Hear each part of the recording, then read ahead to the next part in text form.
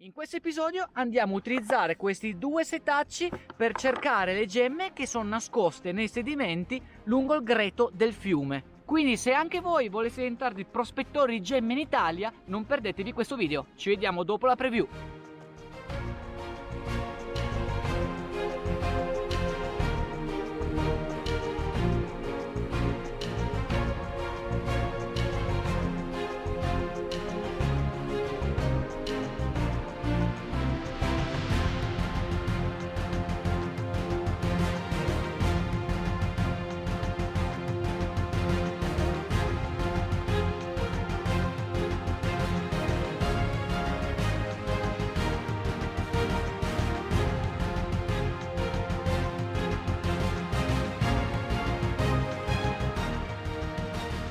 E buongiorno cercatori d'oro, benvenuti nel mio canale se siete nuovi e bentornati invece se siete dei miei amici a tempo. Grazie per essere tornati a vedere anche questo mio video. Nell'avventura di oggi voglio provare due nuovi setacci che sono stati forniti gentilmente dalla ditta XP francese, i quali mi permettono di potenzialmente cercare e trovare le gemme preziose che sono diffuse qua lungo il greto del torrente. Infatti dovete sapere che diffuse, nascoste in mezzo a queste ghiaie, si possono celare delle gemme preziose.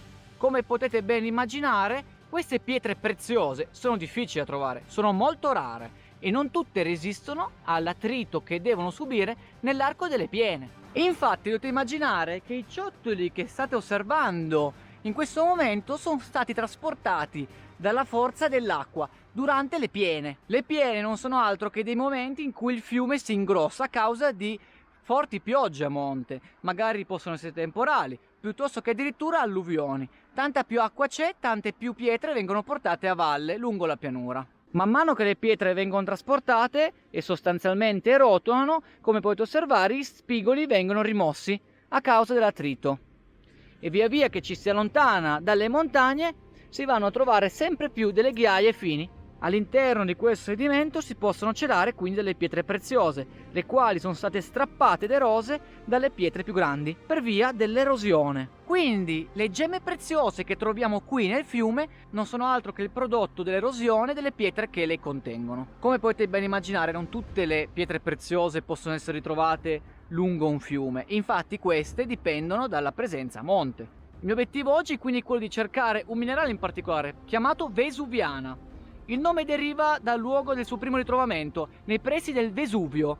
Questo minerale è un minerale composto da diversi elementi chimici, c'è il silicio, c'è addirittura dell'acqua all'interno e c'è anche del calcio. Ha un colore molto variabile, ma tendenzialmente in questo fiume le prime tracce che ho trovato sono di un colore rossiccio, talvolta un colore rosso porpora, alle volte vira verso il marrone, alle volte è anche presente la varietà di un bel colore verde.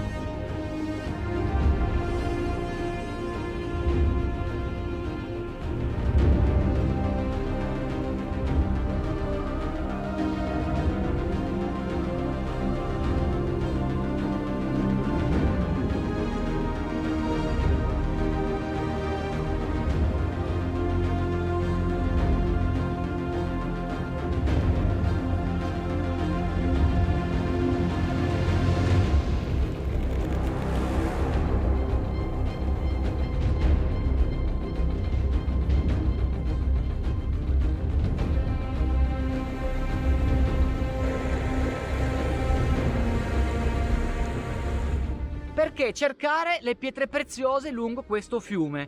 Ebbene, dovete sapere che non solo in mezzo a queste ghiaie si può celare l'oro come metallo prezioso, bensì si possono anche ritrovare dei piccoli ciottoli, i quali una volta lucidati possono avere un valore interessante per il mondo della gioielleria o più in generale il mondo dell'oreficeria. Quelli che andiamo a trovare oggi si chiamano grezzi, i quali devono essere lavorati per ottenere effettivamente un valore. La vesuviana inoltre è un minerale abbastanza duro, in quanto presenta una durezza su una scala da 1 a 10, in cui 1 è il talco come minerale e il 10 il diamante, di 6,5. Calcolate che il quarzo ha una durezza di 7. Infatti in questi contesti alluvionali non tutti i minerali li ritroverete diffusi nelle ghiaie, quelli più teneri non arriveranno fino qua. E infatti l'erosione gioca un ruolo importante sia nel renderli disponibili nelle ghiaie, ma soprattutto nel concentrare quei minerali più duri, i quali tendono a conservarsi per maggior tempo.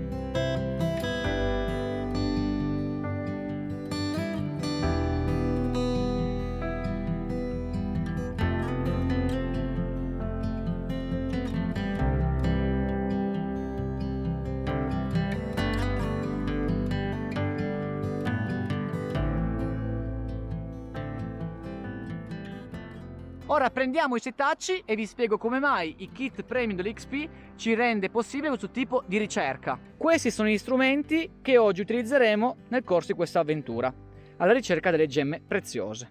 In particolare mi sto riferendo a questo setaccio della marca XP, il quale viene fornito con il kit con questo piatto, uno più piccolo, e il setaccio standard per cercare l'oro.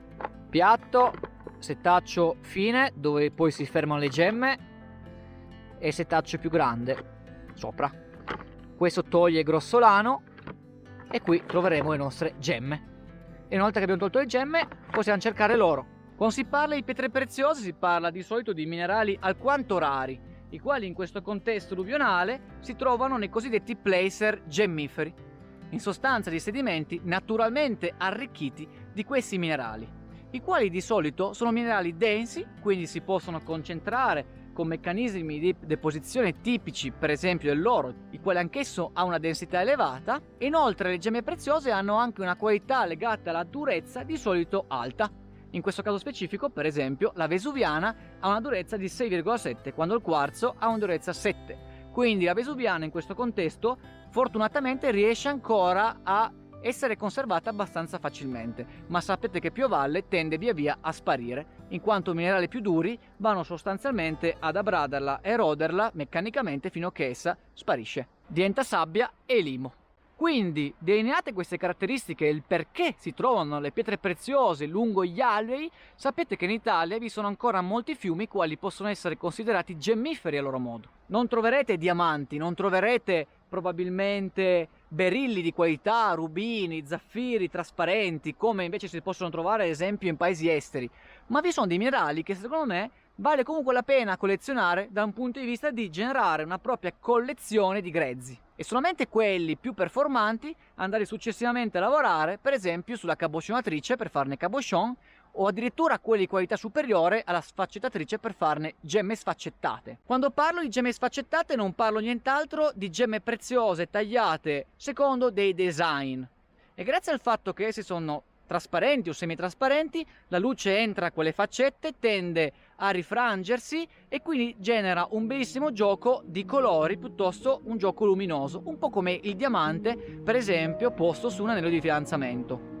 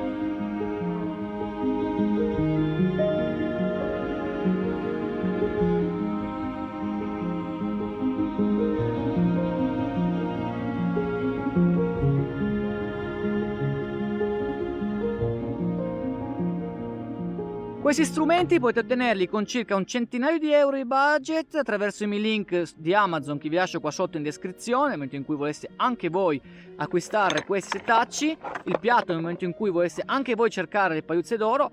Effettivamente la ricerca delle gemme è una ricerca che coinvolge la ricerca dell'oro in quanto entrambi sono minerali molto densi. Questi potete trovarli anche un po' in giro ma io vi lascio anche i link in dettaglio di questi. E se aveste trovato le pietre particolarmente colorate che ritenete preziose, mi raccomando di scrivermelo, farmelo sapere, mandarmi una fotografia sui miei contatti Telegram piuttosto che Instagram, mi trovate sempre cercando Matteo Berto Prospector, oppure scrivendomelo qua sotto in dettaglio. Potete anche stalkerarmi per mail.